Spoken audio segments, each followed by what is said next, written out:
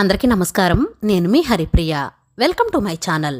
ఇవాల్టి వీడియోలో భవానీ భవనాగమ్య భవారణ్య కుటారిక భద్రప్రియ భద్రమూర్తి భక్త సౌభాగ్యదాయిని భక్తిప్రియ భక్తిగమ్య భక్తివశ్యా భయాపహ శాంభవి శారదారాధ్య శర్మాణి శర్మదాయిని అంటూ శ్రీ తుల్జాపూర్ భవానీ అమ్మవారి నామస్మరణతో మారుమోగుతున్న పుణ్యధామం తుల్జాపూర్ దేశంలో శక్తి క్షేత్రాలలో ప్రముఖమైనదిగా, మహారాష్ట్రలోని సిద్ధిశక్తి పీఠాలలో విశిష్టమైనదిగా విరాజిల్లుతోన్నది.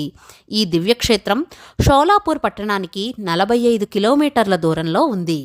అత్యంత పురాతనమైన ఈ దివ్య ఆలయంలో కొలువై ఉన్న తుల్జా భవానీ అమ్మవారు మహాచక్రవర్తి ఛత్రపతి శివాజీకి ఖడ్గాన్ని ఇచ్చిన మాతగా ఖ్యాతిగాంచారు. తుల్జాపూర్ భవానీ అమ్మవారి ఆలయానికి ముందు భక్తులకు ఘాట్శిల దర్శనమిస్తుంది. పౌరాణిక ప్రాశస్త్యం ఉన్న ప్రదేశంగా చెప్పబడుతోంది. ఈ ఘాట్శిల ప్రాంతం ఛత్రపతి శివాజీ కాలంలో అభివృద్ధి చెందిందని అని చారిత్రక ఆధారాల ద్వారా తెలుస్తోంది. ఈ ఘాట్శిలలోని ద్వారాన్ని అమ్మవారి ఆలయానికి ప్రధాన ద్వారంగా భక్తులు భావిస్తారు.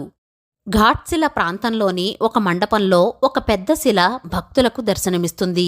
తుల్జా భవానీ అమ్మవారు శ్రీరామునికి ఈ శిల మీద నుంచే శ్రీలంకకు మార్గం చూపించారని చెబుతారు. అలాగే ఈ శిల మీద తుల్జా భవానీ పాదాలు భక్తులకు దర్శనమిస్తాయి. నవరాత్రి దినాలలో భక్తులు కాలినడకన వచ్చి మొదట ఈ ఘాట్శిలకు చేరుకుంటారు. అనంతరం అమ్మవారి దర్శనానికి వెళ్తారు. అతి పురాతనమైన శ్రీ తుల్జా భవానీ అమ్మవారి ఆలయం రద్దీగా ఉండే తుల్జాపూర్ గ్రామ నడిబొడ్డులో దర్శనమిస్తుంది. ఈ ఆలయానికి చేరుకున్న భక్తులు ఓం తుల్జా భవానీయే నమో నమః అంటూ ఆలయం బయట ఉన్న దుకాణాలలో అమ్మవారికి ఎంతో ఇష్టమైన పూజా ద్రవ్యాలను తీసుకుని దర్శనానికి వెళతారు. పూజా ద్రవ్యాలను తీసుకున్న తర్వాత ముందుగా రాజా షహాజీ మహాద్వారం దర్శనమిస్తుంది. అతి పురాతనమైన ఈ మహాద్వారం అలనాటి కట్టడాలకు నిదర్శనంగా నిలుస్తుంది. మహాద్వారం కింది భాగంలో శిలారూపంలో ఓ తాబేలు దర్శనమిస్తుంది. దానిని దర్శించుకున్న భక్తులు మెట్ల మీదుగా అమ్మవారి ఆలయంలోకి ప్రవేశిస్తారు. విశాలమైన ప్రాంగణంలో పురాతన కట్టడాలకు నిదర్శనంగా దర్శనమిచ్చే ఈ ఆలయ ప్రాంగణం భక్తులను మైమర్పిస్తుంది. తుల్జా భవానీ అమ్మవారి ఆలయం భూమికి సుమారుగా 500 అడుగుల కింద భాగంలో దర్శనమిస్తుంది. తుల్జాపూర్లో వెలసిన తుల్జా భవానీ అమ్మవారి ఆశీస్సులు పొందిన వారిలో శ్రీరామునితో పాటుగా ధర్మరాజు, ఛత్రపతి శివాజీలు కూడా ఉన్నట్లు పురాణాల ద్వారా తెలుస్తోంది. అలాగే ఛత్రపతి శివాజీకి ఖడ్గాన్ని ప్రసాదించిన మాతగా తుల్జా భవానీ అమ్మవారు ఖ్యాతిగాంచారు. తుల్జా భవానీ అమ్మవారి ఆలయానికి ఆలయ ప్రాంగణంలో ఉన్న కల్లోల తీర్థంలో 108 తీర్థాలు జలం వచ్చి కలుస్తుందని, ఇది అత్యంత మహిమాన్వితమైనదిగా చెబుతారు. ఈ ఆలయంకు వచ్చినప్పుడు కల్లోల తీర్థాన్ని ముందుగా దర్శించుకోవాలి. అమ్మవారిని దర్శించుకోవడానికి వచ్చిన భక్తులు ఈ కల్లోల తీర్థంలోనే స్నానాదికాలు చేసి తరిస్తారు.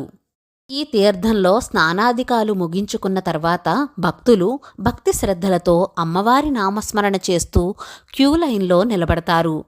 ఓ శక్తిలోకాన్ని తలపించే ఈ దివ్యాలయంలో ఎక్కడ చూసినా అమ్మవారి నామస్మరణ తప్ప మరొకటి వినిపించదు, కనిపించదు. ఒక పక్క తలనీలాలు ఇస్తూ మొక్కులు తీర్చుకునేవారు, మరొక పక్క అమ్మవారికి నిత్య పూజలు చేయించుకునేవారు, మరొక పక్క అమ్మవారి కరుణ కృపాకటాక్షాల కోసం అమ్మ నామస్మరణతో మారుమోగుతూ ఉంటుంది. అసురుల నుంచి మహర్షులను, మునులను రక్షించి వారి అభీష్టం మేరకు తుల్జా భవానీ అమ్మవారు ఇక్కడ ఈ క్షేత్రంలో వెలిసినట్లుగా పురాణాల ద్వారా తెలుస్తోంది. అనంతరం భక్తులు గర్భాలయంలోకి ప్రవేశిస్తారు. గర్భాలయమంతా భక్తులకు ఒక విచిత్రమైన అనుభూతి గురిచేస్తుంది. మనోహరమైన శిలారాజులతో అలరారే స్తంభాలు, ప్రాకారాలతో గర్భాలయం అందంగా దర్శనమిస్తుంది. వాటిని దర్శించుకున్న భక్తులు భవానీమాతను స్మరించుకుంటూ గర్భాలయంలో కొలువై ఉన్న తుల్జా భవానీ అమ్మవారి దివ్యమంగళ రూపాన్ని దర్శించుకుని భక్తి శ్రద్ధలతో చేతులు జోడించి అమ్మా భవానీ పరమేశ్వరి, మా పూజలందుకుని మమ్మును అనుగ్రహించు తల్లి అంటూ ప్రణమిల్లుతారు.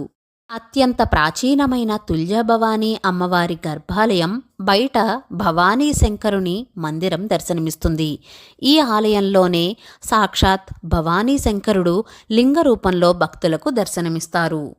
అమ్మవారి ఎదురుగా లింగరూపంలో కొలువై ఉన్న భవానీ శంకరుల లింగ దర్శనం సమస్త పాపాలను హరిస్తుందని భక్తుల విశ్వాసం. మహాదేవుణ్ణి దర్శించుకుని నాగేంద్రహారాయ త్రిలోచనాయ భస్మాంగరాగాయ మహేశ్వరాయ అంటూ భక్తి శ్రద్ధలతో చేతులు జోడించి, తండ్రి పరమేశ్వర, జ్యోతిర్లింగ స్వరూపుడమైన నీ దర్శన భాగ్యం చేతనే మాలో ఉన్న సమస్త కల్మషాలు మటుమాయమైపోవాలి స్వామి అంటూ భక్తితో, భక్తి శ్రద్ధలతో స్వామిని కొలుస్తారు. పూజారులు వచ్చారు రండి తల్లి అని పిలిచే సాంప్రదాయం తుల్జా భవానీ మందిరంలో ఉంది. అమ్మవారికి పూజలు చేసే ముందు పండితులు ఇలా అమ్మవారిని పిలుస్తారు. ఇలా పిలిస్తే అమ్మవారు స్వయంగా వచ్చి పూజలు చేయించుకుంటారని విశ్వసిస్తారు. అనంతరం ఇదే ఆలయ ప్రాంగణంలోని ఇతర దేవీ దేవతల ఆలయాలను సందర్శిస్తారు. అనంతరం ఇక్కడ సమీపంలోని గోముఖ తీర్థాన్ని దర్శించుకుంటారు. అత్యంత పురాతనమైన ఈ గోముఖ తీర్థంలో ఓ గోవు నోటి నుంచి జలధారలు వచ్చే దృశ్యం నయనానందకరం.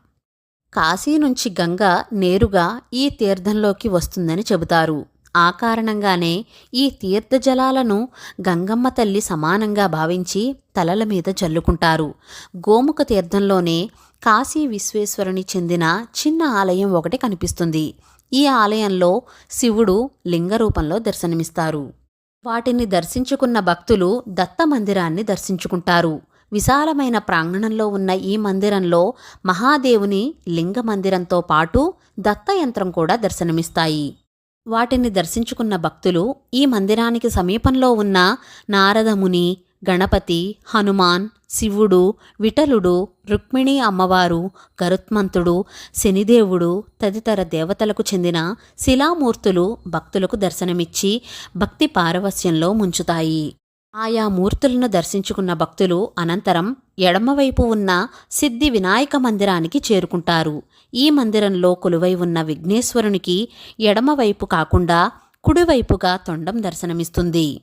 ఈ ఆలయంలోకి చేరుకున్న భక్తులు విఘ్నేశ్వరుని దివ్యమంగళ శిలారూపాన్ని భక్తితో దర్శించుకుని తరిస్తారు. ఇక్కడ ఈ ఆలయంలో కొలువై ఉన్న విఘ్నాధిపతి అయిన వినాయకుడు భక్తులకు ఎలాంటి విఘ్నాలు లేకుండా కరుణించి కాపాడతారని భక్తుల నమ్మకం. అనంతరం సర్దార్ నింబలేకర్ ప్రవేశద్వారం దర్శనమిస్తుంది. ఈ ద్వారానికి కుడివైపుగా వెళితే ఆదిశక్తి మాతంగి మాత మందిరం దర్శనమిస్తుంది. ఈ దివ్యాలయంలో మాతంగి అమ్మవారు భక్తుల మనోభీష్టాలను నెరవేర్చే చల్లని తల్లిగా విరాజిల్లుతోన్నది. అమ్మవారి గర్భాలయం బయట అన్నపూర్ణ అమ్మవారు కూడా భక్తులకు దర్శనమిస్తారు. అనంతరం సర్దార్ నింబలేకర్ ప్రవేశద్వారాన్ని దాటి లోపలికి వెళ్లగానే విశాలమైన ప్రాంగణంలో యజ్ఞ మండపం దర్శనమిస్తుంది. ఈ యజ్ఞ మండపంలో పాదుకలు, అమ్మవారి విగ్రహాలు దర్శనమిస్తాయి. వీటిని అమ్మవారికి ప్రతిరూపంగా భావిస్తారు. ఈ యజ్ఞమండపానికి ముందు భాగంలో నిత్యం ఓ జ్యోతి వెలుగుతూ దర్శనమిస్తుంది. నవరాత్రి లాంటి పర్వదినాల్లో ఈ యజ్ఞమండపంలో హోమాలు, యజ్ఞాలు, యాగాదులు చేస్తారు. అలాగే ఇక్కడే అమ్మవారికి బలులు ఇవ్వడం ఓ సాంప్రదాయంగా వస్తోంది.